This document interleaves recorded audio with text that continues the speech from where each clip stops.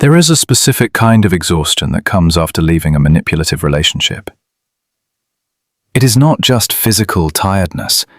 It is a deep mental fatigue that settles in when you think you are finally moving forward, only to feel a sudden, unsettling shift. Maybe a notification pops up on your phone from a number you thought you had blocked. Maybe a mutual friend casually mentions their name, or you notice a familiar profile viewing your social media. In that moment, your chest tightens. The progress you thought you had made suddenly feels fragile. You might find yourself questioning your own reality, wondering if you imagined the toxicity or if you are somehow responsible for the lingering connection. I want to start by telling you something very clearly. You are not imagining this. You are not crazy, and you are not the problem. The confusion you feel is a normal response to an abnormal situation. You were in a dynamic that was fundamentally imbalanced, designed to keep you off balance and constantly questioning yourself. When you step away from that, the aftermath is rarely clean or straightforward. It is important to understand that what you are experiencing now is not a reflection of your worth, nor is it a sign that you did something wrong. The situation you were in involved a specific type of psychological manipulation. When we talk about a narcissist or a highly manipulative person still being obsessed with you after a separation, we have to redefine what obsession means in this context. In a healthy relationship, lingering feelings are about love, care, and a genuine desire for connection. But in a manipulative dynamic, obsession is not about love, it is about control. It is about a psychological need to maintain access to what they view as a resource. You provided them with attention, validation, and emotional regulation. When you removed yourself from that equation, it created a disruption in their sense of control. Their continued focus on you is not a testament to your irreplaceable value as a partner, but rather a reflection of their inability to tolerate losing a source of supply. Understanding this distinction is the first step toward reclaiming your peace. One of the most common signs that this dynamic is still at play is the sudden, unprovoked reappearance. You might have had months of complete silence, a period where you finally started to breathe and rebuild your life. Then, out of nowhere, there is a message. It is rarely an apology or a meaningful attempt to take accountability. Instead, it is something casual, vague, or seemingly innocent. It might be a simple greeting, a question about something trivial, or a memory they claim just popped into their head. This behavior is often called hoovering, named after the vacuum cleaner, because the intent is to suck you back into the cycle. The psychology behind this is quite simple. They are testing the waters. They want to see if the door is still unlocked. By reaching out with something low stakes, they can gauge your reaction without risking genuine vulnerability or rejection.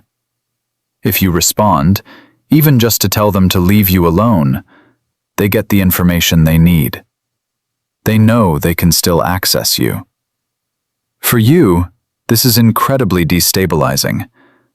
Just when your nervous system has begun to regulate, this sudden contact sends you right back into a state of high alert.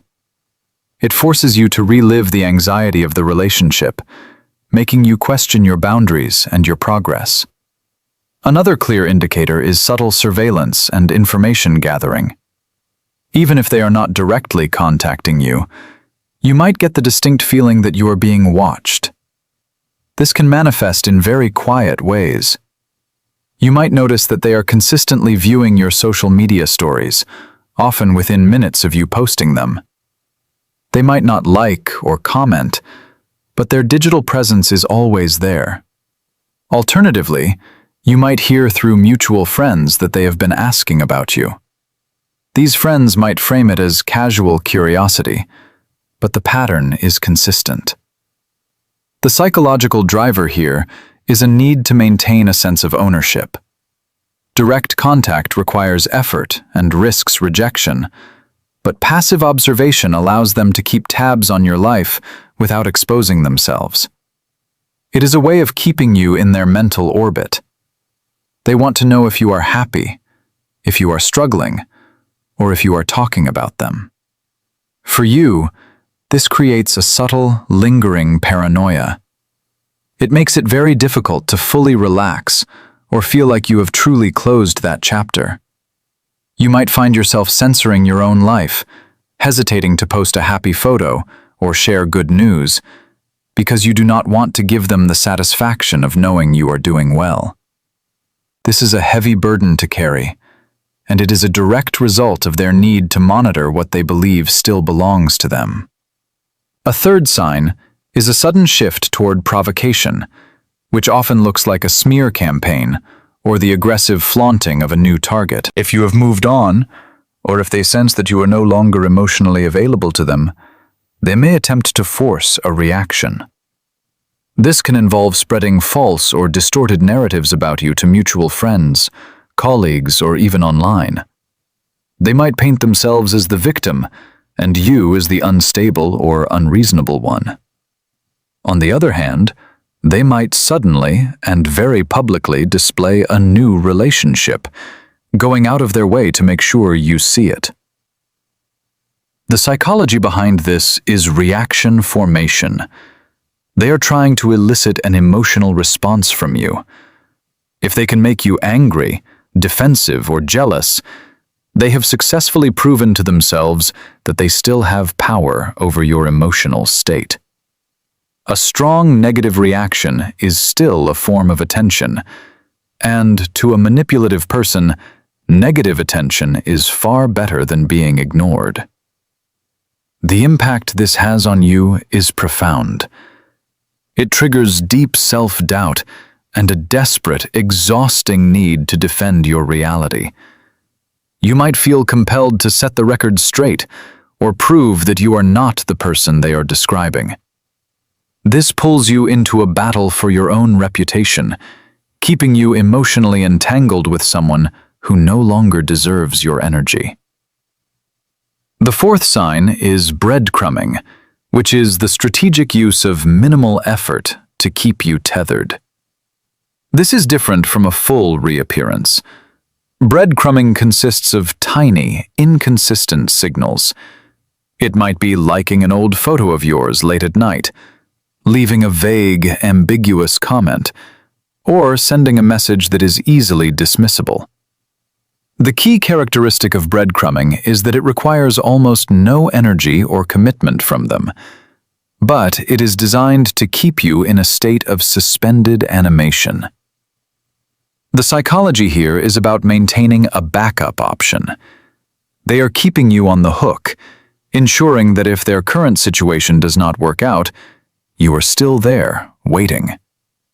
They want to keep the connection alive just enough so that you do not completely detach, but not enough to offer any real substance or accountability. For you, this is one of the most confusing and painful experiences. It keeps you waiting for closure. You might find yourself analyzing these tiny gestures, searching for hidden meaning, and hoping that this small sign is the beginning of a genuine change or a real apology. It traps you in a cycle of hope and disappointment, preventing you from fully investing in your own healing. When you begin to recognize these patterns, something important shifts inside of you. The confusion starts to lift, replaced by a quiet, grounded clarity. You begin to see that these behaviors are not random, and they are not about you. They are predictable, mechanical responses from someone who is trying to manage their own internal void. You realize that their need to monitor you is a projection of their own fear of insignificance. They cannot generate their own self-worth, so they must extract it from you. When you stop providing it, they panic. But that panic is their responsibility to manage, not yours to fix. Recognizing this allows you to step back emotionally. You no longer have to view their actions as a reflection of your value or a puzzle you need to solve. You can simply observe them for what they are: tactics of control. This shift in perspective is incredibly empowering. It means you are no longer a participant in their game. You are an observer. You can see the strings they are trying to pull, and because you can see them, you no longer have to dance to their rhythm. You start to understand that their obsession is a symptom of their own dysfunction, not a measure of your worth. You were the one who brought authenticity, empathy, and genuine connection to the dynamic. They are the ones who are left trying to replicate that through manipulation and control. With this awareness comes the ability to set firm, unshakable boundaries. The most powerful boundary you can set with a manipulative person is not a dramatic confrontation or a lengthy explanation of why they are wrong. Those things only feed their need for engagement. The ultimate boundary is calm, consistent detachment. It is the decision to no longer participate. This means implementing strict no contact, or, if that is impossible due to shared responsibilities, maintaining strict gray rock communication. Gray rock communication works because it starves the manipulation of its required fuel, your emotional reaction. By remaining neutral, brief, and factual, you remove the drama they crave. You become uninteresting, unresponsive, and emotionally unavailable. You are not being cold. You are being protective. You are drawing a firm line around your energy. You do not react to the bait. You do not defend yourself against the smear campaigns, because the truth does not need a defense, and those who matter will see it. You do not analyze the breadcrumbs. You simply let them fall. Silence is not a sign of weakness or defeat. In this context, silence is the ultimate reclaiming of your energy. It is a clear, undeniable message that your peace is no longer up for negotiation. You are choosing yourself. You are choosing your own mental health over their need for control. This requires immense self-respect. It means honoring the pain you have been through by refusing to subject yourself to it again. As you maintain this detachment, true healing begins to take root. Healing is not about forgetting what happened or pretending it did not hurt. Healing is about integrating the experience and realizing that it does not define you. It is about waking up one day and realizing that their name no longer triggers a physical response in your body.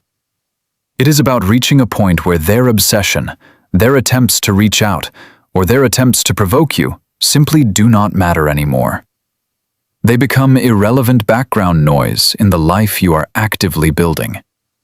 You begin to notice that your mind is quieter. The constant background noise of analyzing their motives fades away, replaced by your own thoughts, your own desires, and your own voice. You start to redirect all the energy you used to spend analyzing their behavior back into yourself. You reconnect with your own interests, your own values, and your own sense of reality. You learn to trust your own intuition again, knowing that you have the strength to identify manipulation and the wisdom to walk away from it. Moving forward does not mean you have to have everything perfectly figured out. It just means you are committed to your own peace. You are building a life where you are the priority, where your boundaries are respected, and where your emotional energy is protected. The fact that you are seeking to understand this dynamic shows a profound level of self-awareness and courage. You have already done the hardest part, which is choosing to see the truth. Hold on to that truth. You were not the problem. You do not owe them your attention, your reaction, or your future. You are safe, you are clear, and you are entirely free to walk forward into a life that is truly your own.